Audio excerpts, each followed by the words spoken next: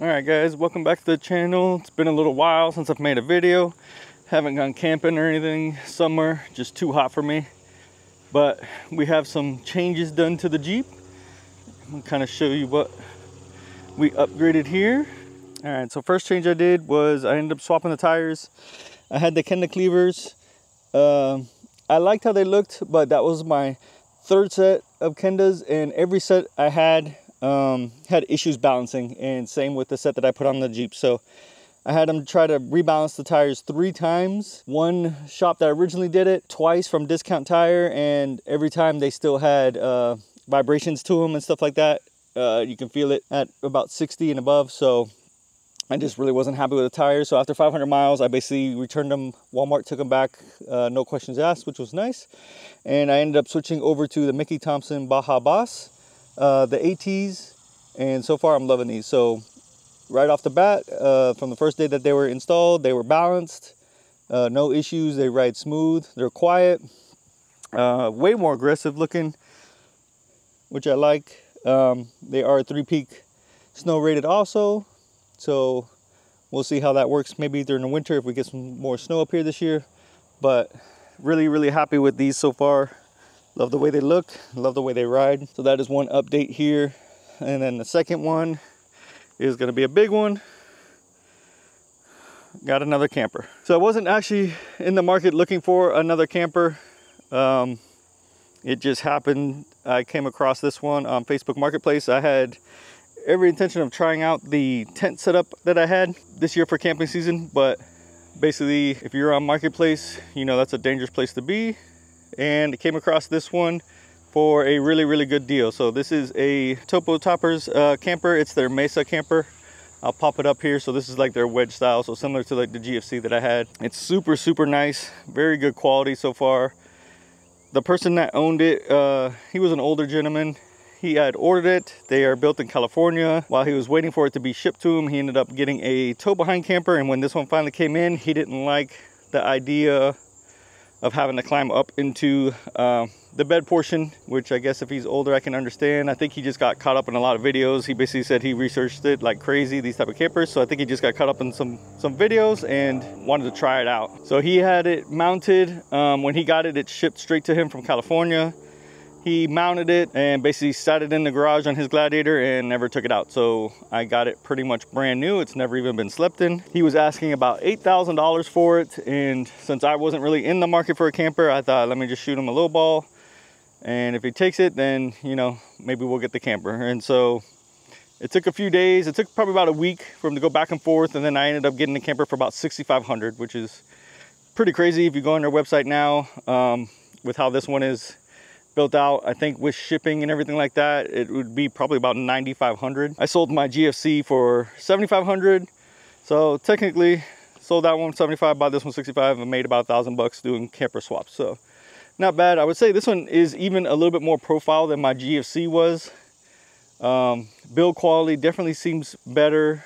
It is different with the latches and hinges. I'll kind of show you that when I open it up, but basically this one has 2 latches on each side here that hold it down, which I think is going to be a better setup, since I was kind of getting some leaking issues with the GFC, which only had latches in the rear to hold down the whole side of the camper. So I think this may help that with water. So far I haven't had any issues. I've gone through some storms and stuff like that, and I haven't found any leaking, so that is good.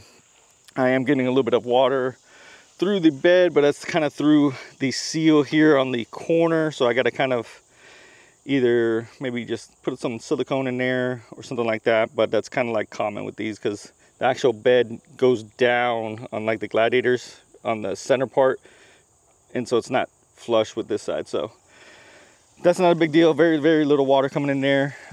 These you can spec them out different ways. Obviously, since I bought it used, I bought it however it came spec'd. So he had the side windows put in, so these have side slider windows, and behind them they have screens. This does not have any doors that pop up from the side like the GFC did. Not sure if I was gonna like that or not, but to be honest, with how tall the Gladiator is anyway, it's fine. So I don't really find myself reaching in to try and grab anything from this point of the bed. Not yet anyway. We'll see how we set it up for camping season, but so far I haven't really found an issue with that.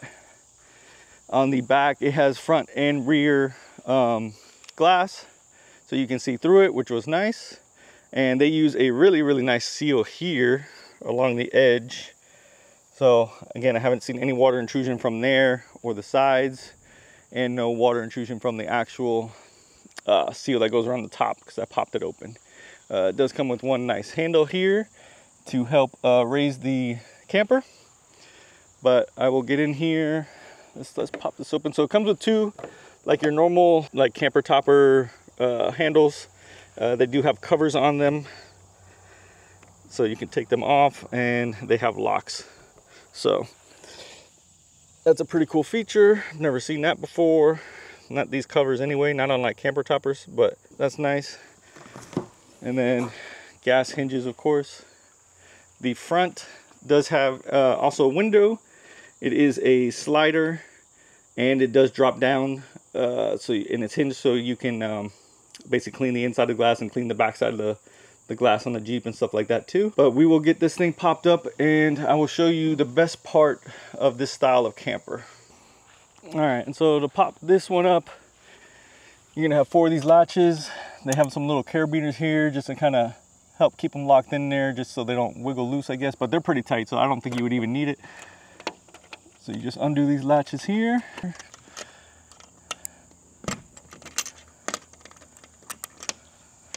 You get 2 more on the other side. And then just like all the other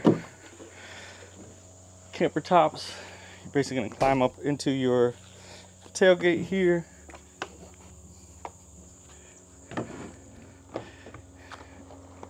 And just lift it up. And so like all wedge campers, it just pops up. It's got some strong struts, so it lifts right up very easily.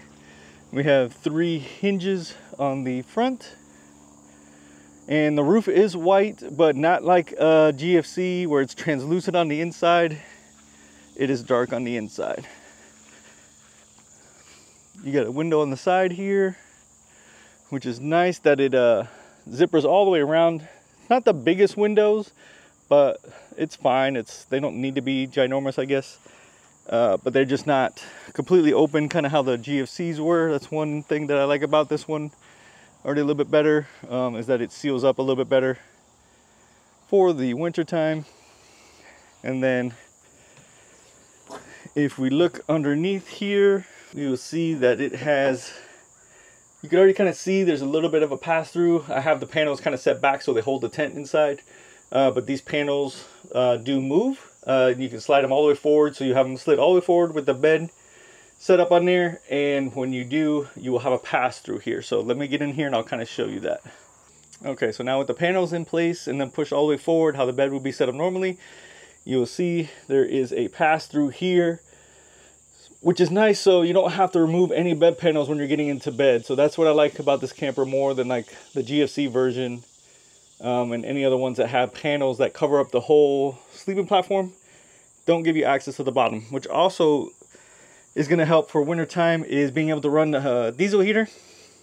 And I'm basically going to have it just come through the window here when it's open. I'll remove the screen, they're removable. I'll make like a little plate, have the diesel heater run straight through there. It'll come straight through the bed, and then hot air will be able to rise up into the camper, and basically you don't have to worry about sticking the diesel heater hose just directly up into your tent portion. It'll rise like normal. So let me go ahead and jump in here and kind of show you a little bit more of the camper up here. All right, before we get in here, let me kind of show you how these mount down. So I would say the GFC does have nicer like clamps that are built into their camper and goes underneath the bed rail. This one, you're kind of just drilling and mounting it directly to the bed. Not a big deal. The GFC one probably just looks a little bit cleaner, but this one is definitely not going anywhere, being bolted down directly to the bed. And then I'll show you the windows in here. The windows, they slide open. You have a screen, and then the screen is able to be removed. So in the winter, I'll probably remove one so I can build a little panel here and have my diesel heater being ducted directly in here. Again, the front one, same thing, slider. So technically I would have access into the truck because it has a slider there, and then it also does fold down. Quality wise, this thing is completely built out of aluminum. I would say it is definitely probably heavier than the GFC. I believe it's coming in probably closer to that 300-pound range. But the Gladiator handles it fine. So we go up here and show you the actual tent area. So you have this whole area that's open to get up into your sleeping area. That's the part that I like the best. I don't have to remove my panels or anything on the bed to climb up in here. Windows are, again, just standard windows. They just have the bug mesh, and the bug mesh does not unzip, so it's always there. And then these zip all the way up and around, of course. The rear is similar to the GFC though, but the bug mesh does zip all the way around, but the outside panel does kind of hang, but they do have a piece of Velcro that kind of seals up most of it, which is what I wish the GFC would have had. And I probably could have added that to the GFC at some point to kind of help, but I just like that they already include that.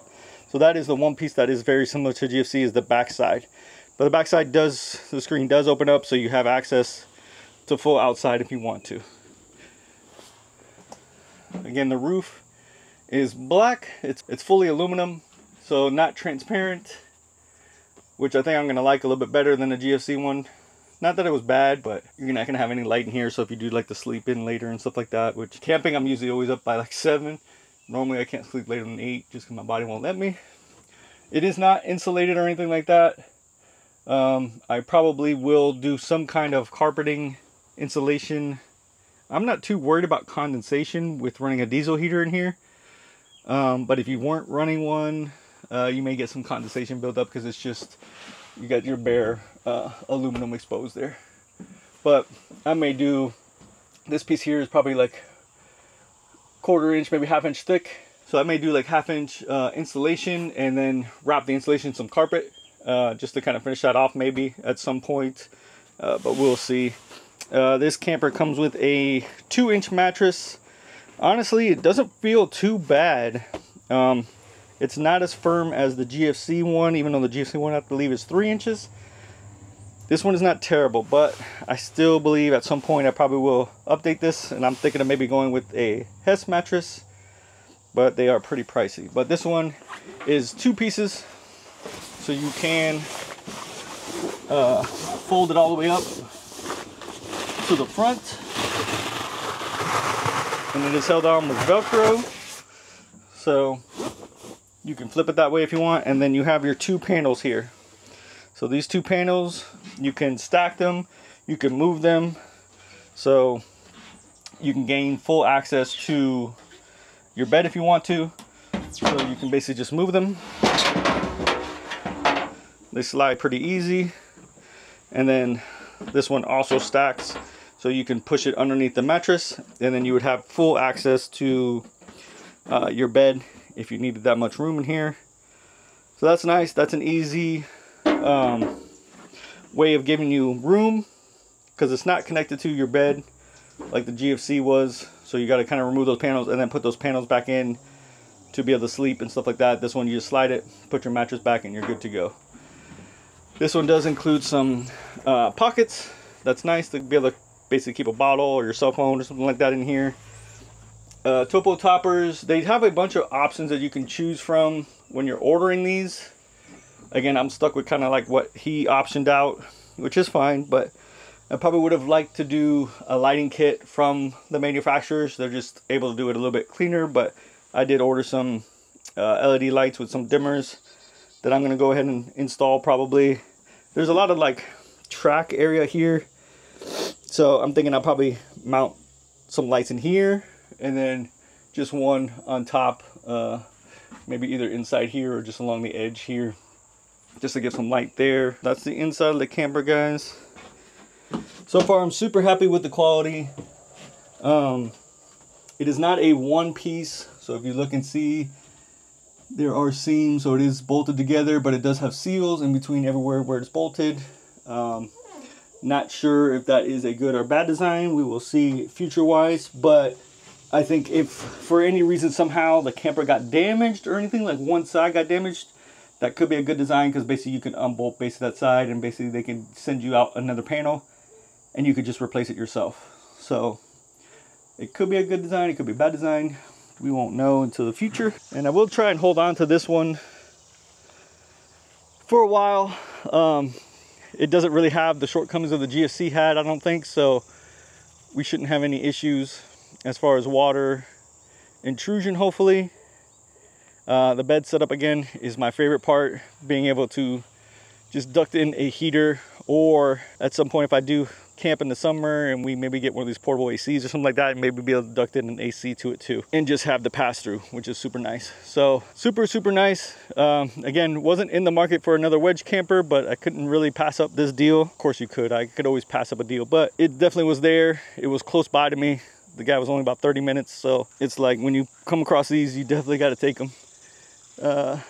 Another feature for the backside, actually, which the GFC didn't have, is one of these pull down handles, which is nice, so you don't have to actually grab the tent to pull it down. This is pulling from the actual roof. It's bolted into the actual roof aluminum itself, so you're not pulling on the tent material to pull it down.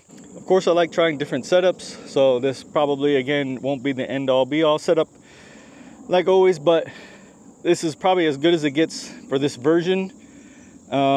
After this version, basically, if I was to try another one, it's going to be the full pop. So basically it pops in the front, pops in the back, and that just is going to give you maximum headroom for the front of the camper. It gives you options to sleep with your head towards the front if you want to, or towards the back. This one, you're primarily going to sleep with your head towards the back because of the wedge. Super happy. Probably going to, at some point, maybe get some new rear springs. So far it's handling it fine, but I can definitely feel that they're a little bit soft with the camper on there, so I probably should have upgraded when I had the GFC, but we will do some new, little bit stiffer springs. I don't want to do anything too crazy because the Jeep ride's amazing right now. All right, so follow along with me, guys, and I'll catch you in the next one.